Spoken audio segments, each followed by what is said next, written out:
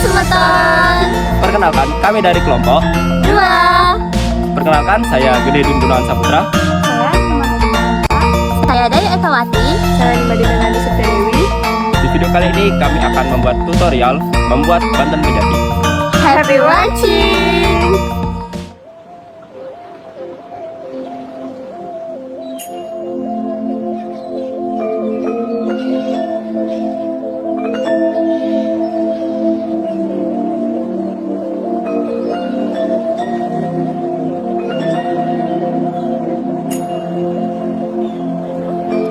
Dalam ajaran agama Hindu, terdapat 4 jalan untuk menuju ide Sang Hyang Widiwasa yang disebut dengan Catur Marga, yang terdiri dari Bhakti Marga, Karma Marga, Jnana Marga, dan Yoga Marga. Dalam pelaksanaannya, Catur Marga tersebut merupakan kesatuan yang utuh yang saling melengkapi. Salah satu contoh nyata dalam pelaksanaan Catur Marga tersebut adalah melalui upakara atau banten pada upacara keagamaan Hindu di Bali. Upakara atau banten merupakan salah satu sarana dalam pelaksanaan upacara bagi mereka yang menempuh jalan Bhakti Marga akibat mempunyai kemampuan yang sangat terbatas dalam berhubungan dengan ide Sang Hyang Widiwasa. Upakara atau banten tersebut diwujudkan dengan Karma Marga, yaitu dengan jalan bekerja atau berbuat, yang nantinya akan dipersembahkan melalui Jnana Marga dan Yoga Marga, sehingga ajaran Catur Marga sudah diamalkan dengan baik. Dalam Lontar Tegesing Sarwa Banten menyebutkan, Banten mepi tegas pekah Yunan, ngepekah Yunani sane jangkap galang, yang artinya Banten itu adalah buah pemikiran, artinya pemikiran yang lengkap dan bersih.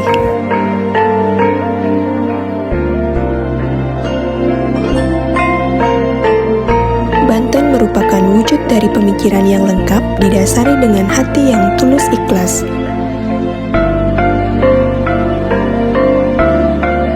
Dalam Lontar Yatnya Prakerti disebutkan, Sahananing bebanten pinake raganta tui, pinake warna rupaning ida betara, pinake anda buana, yang artinya, semua jenis banten atau upakara adalah merupakan simbol diri kita, lambang kemahakuasaan Hyang Widi, dan sebagai lambang buana agung atau alam semesta.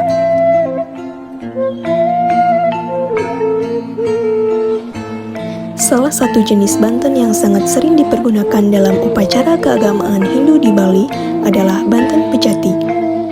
Kata pejati berasal dari kata jati mendapatkan awalan pa sehingga menjadi pejati. Jati yang artinya bersungguh-sungguh, benar-benar, dan ditegaskan lagi menjadi sebenarnya atau sesungguhnya.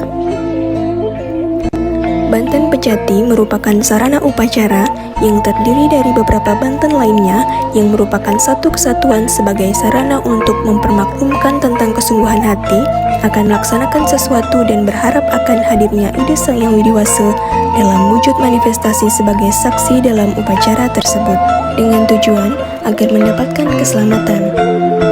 Banten pejati juga bermakna sebagai sarana memohon pesaksi atau penyaksi dari ide Sang Hyang Widiwasa. Meski setiap daerah memiliki perbedaan dalam komponen pembentuk banten pejati, hal tersebut tidaklah mengubah nilai dan tujuan dari banten pejati.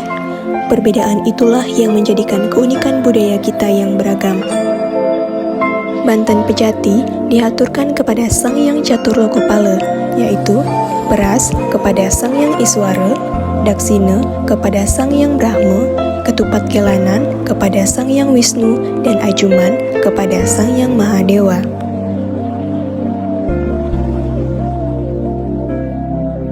Unsur-unsur dari banten pejati adalah daksina, beras, penyenang, tipat kelanan, sodan, dan segahan.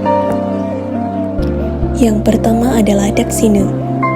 Daksina merupakan banten yang sangat sering digunakan dalam upacara keagamaan Hindu di Bali. Dalam Lontar Yatnya Prakerti, daksina merupakan lambang dari Hyang Guru, Hyang Tunggal, dan Hyang Wisnu. Selain itu, daksina merupakan tapakan, pelinggih, atau stana ide Sang Hyang Widiwasa. Daksina juga merupakan Yajna Patni yang berarti istri atau sakti dari Yatnya. Unsur-unsur yang ada di Daksina merupakan isi dari alam semesta.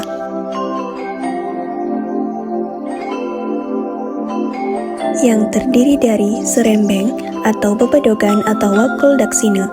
Serembeng Daksina terbuat dari janur atau selepan yang bentuknya melingkar dan tinggi. Serembeng atau bebedogan atau wakul Daksina merupakan lambang dari Sang Hyang Ibu Pertiwi, yang merupakan simbol bumi atau makrokosmos. Pada umumnya, serembeng Daksina ini terdiri dari alas serembeng dan serembeng Daksina. Alas serembeng ini merupakan lambang dari Ibu Pertiwi dan serembeng Daksina merupakan lambang angkasa atau eter yang tanpa tepi. Tapak dara. Tapak dara adalah lambang swastika yang berarti keseimbangan dan keadaan yang baik. Tapak dara merupakan lambang dari Sang Hyang Ruwabineda. Beras amusti atau agemal, beras yang dipergunakan hanyalah segenggam. Beras merupakan lambang dari Sang Hyang Bayu dan segenggam merupakan simbol dari kekuatan. Kelapa. Kelapa yang digunakan adalah kelapa yang sudah dikupas kulit dan serawitnya dan disisakan ujungnya. Kelapa merupakan simbol dari Sang Hyang Surya atau matahari yang merupakan cerminan dari Sang Hyang Sadasiwa. Benang tebus putih. Benang tebus putih dililitkan di ujung kelapa yang merupakan simbol dari Sang Hyang Aji Akasa atau awan. Telur bebek. Telur bebek merupakan simbol dari Sang Hyang Chandra atau bulan yang merupakan cerminan dari Sang Hyang Siwa.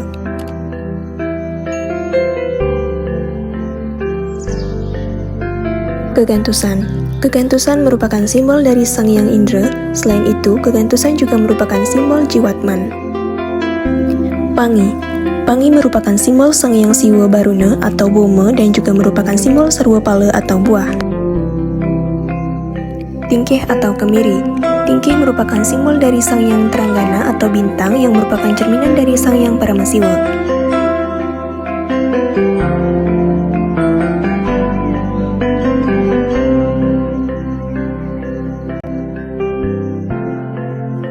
Canang Sari atau Canang Genten. Canang Sari atau Canang Genten merupakan simbol dari Asta Aiswarya dan Panca Dewata yang menempati 5 penjuru mata angin.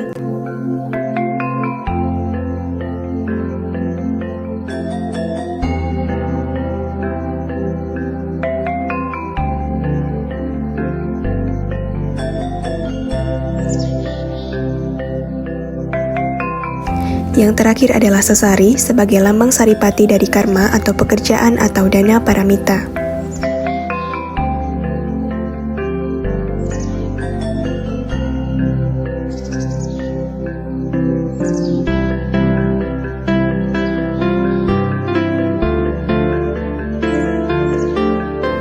Yang kedua adalah peras.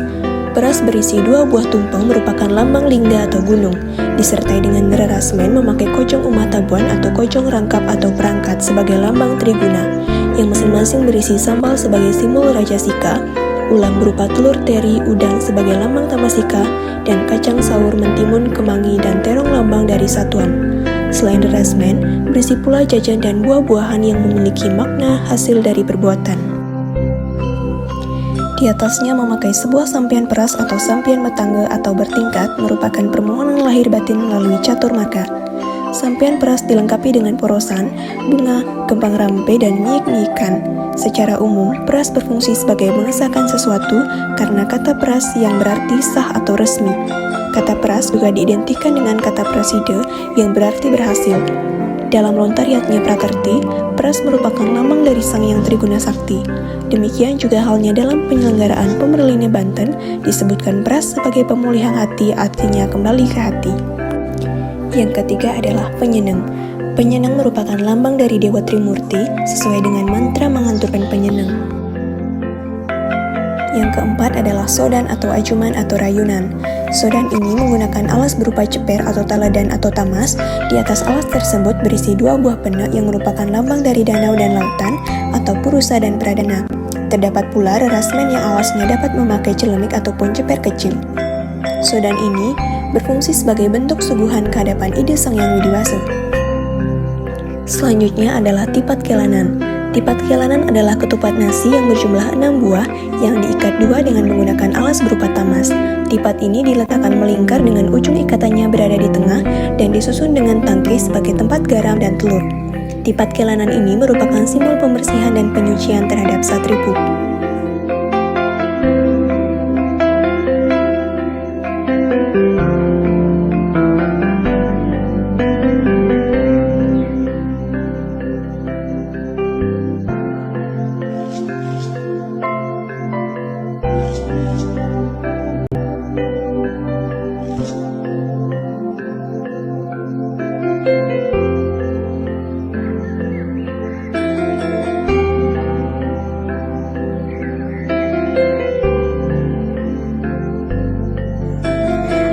Pejati bukanlah hanya sekadar sarana upacara saja, tetapi di dalamnya syarat akan makna filosofis maupun teologis yang sudah diwariskan oleh para leluhur agama Hindu terdahulu. Oleh karena itu, perlu adanya pemahaman terhadap Banten secara menyeluruh dan utuh sehingga dapat meningkatkan serada dan bakti kehadapan ide Sang Hyang Widiwasa dan terciptanya tujuan dari agama Hindu, yaitu kebahagiaan di dunia dan kebahagiaan yang abadi berdasarkan atas Dharma. Moksartam Jagadita Yaca Iti Dharma.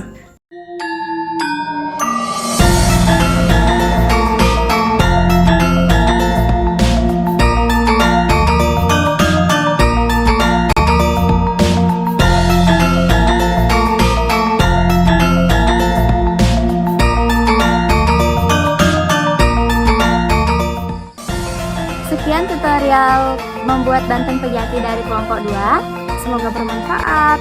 Terima kasih. Terima kasih. Bye-bye.